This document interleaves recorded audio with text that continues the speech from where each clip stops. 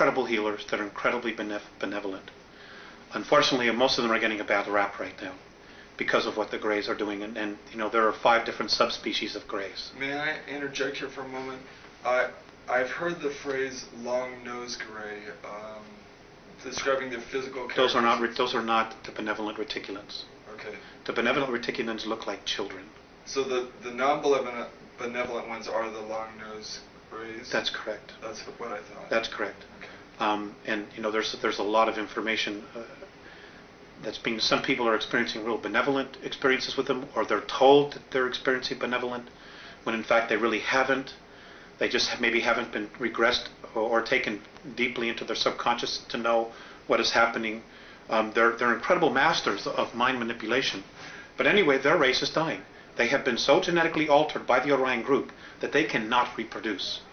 So they were told by the Orion group to come in here, this is how it's been related to me, to come in here and set the stage to break down the social structures so that when the Orion group and the Draconans come back, there are 2 classes, royalty and workers, which is exactly what they're doing. You can see that agenda happening right in the United States since the beginning of the Reagan administration. This is where the focus has been. Has been on the United States, singly. And there's been a reason for that, which we'll cover in just a little bit, but let me get my thoughts out here. Which is exactly what the Greys have been told to do. And they're doing it. In the meantime, they themselves have their own agenda.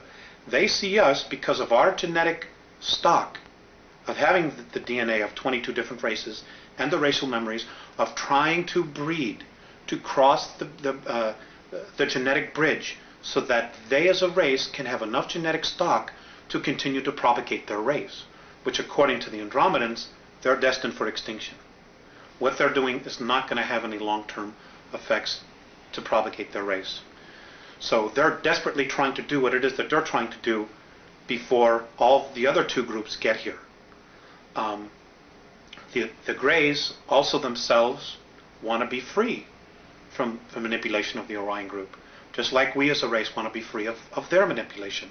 So there's this incredible triangle of crap that's hanging all over us, you know, and all these hidden agendas and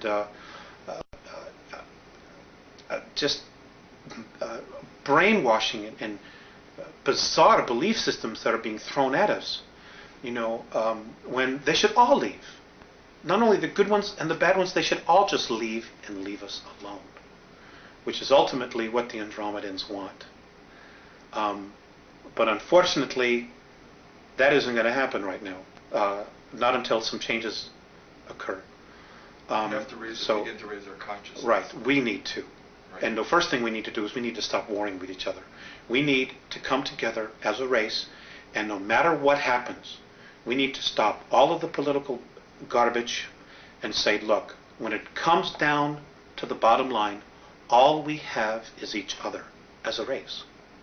Period. And this is our planet, this is our home, and there's enough of us that are polluting the planet that we need to stop. Because if we don't stop polluting the planet, Rick, we're not going to have a place to live. Period. Is there an Earth quarantine that the renegade Zeta Reticulans violated? Yes. And what was that quarantine?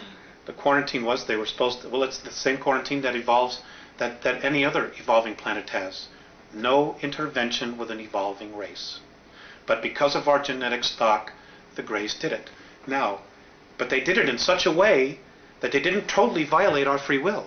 You know, they dangled a technological carrot to the government, and the government took the bait.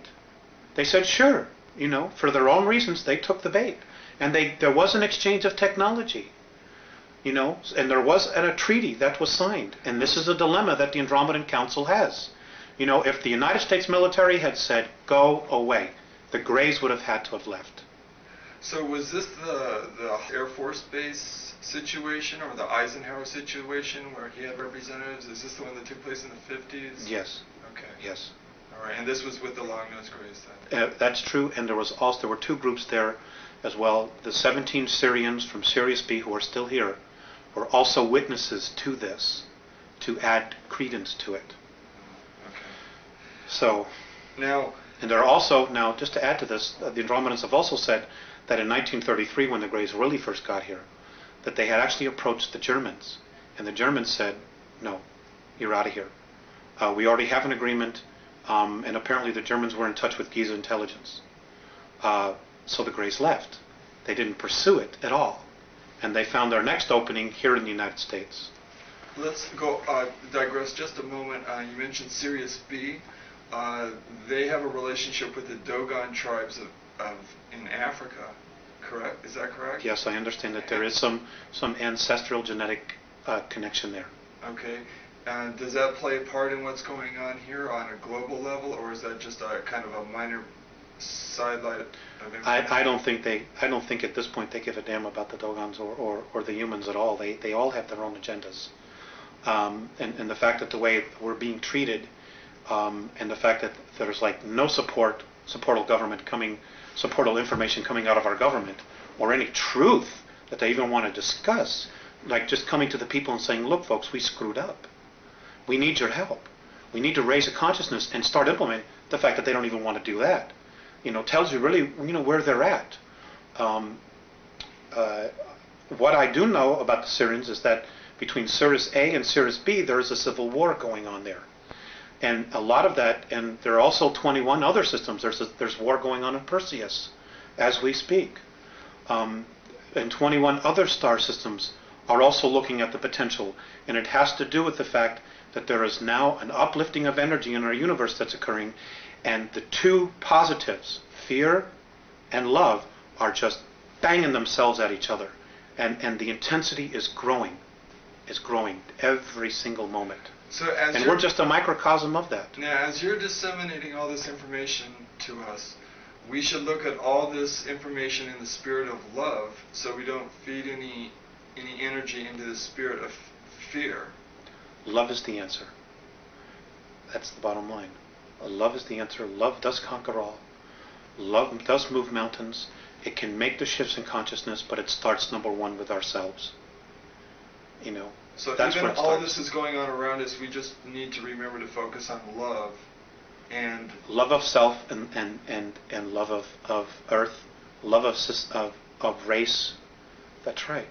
Okay. That's right. Now, when did the Zeta Reticulans begin to create their genetic atrocities? Where did this take place on Earth, and what have the results been? Well, it's occurring everywhere. Much of it is occurring underground. Some of it's occurring in the oceans. Some of it's occurring on the moon. Some of it's occurring on Phobos, the moon of Mars. It's happening in a lot of different places. Is that an artificial moon? Yes, yes, absolutely. So's our moon. Our moon's artificial, completely artificial. It was brought here from Ursa Minor, apparently between 11 and 12,000 years ago. For the purpose of?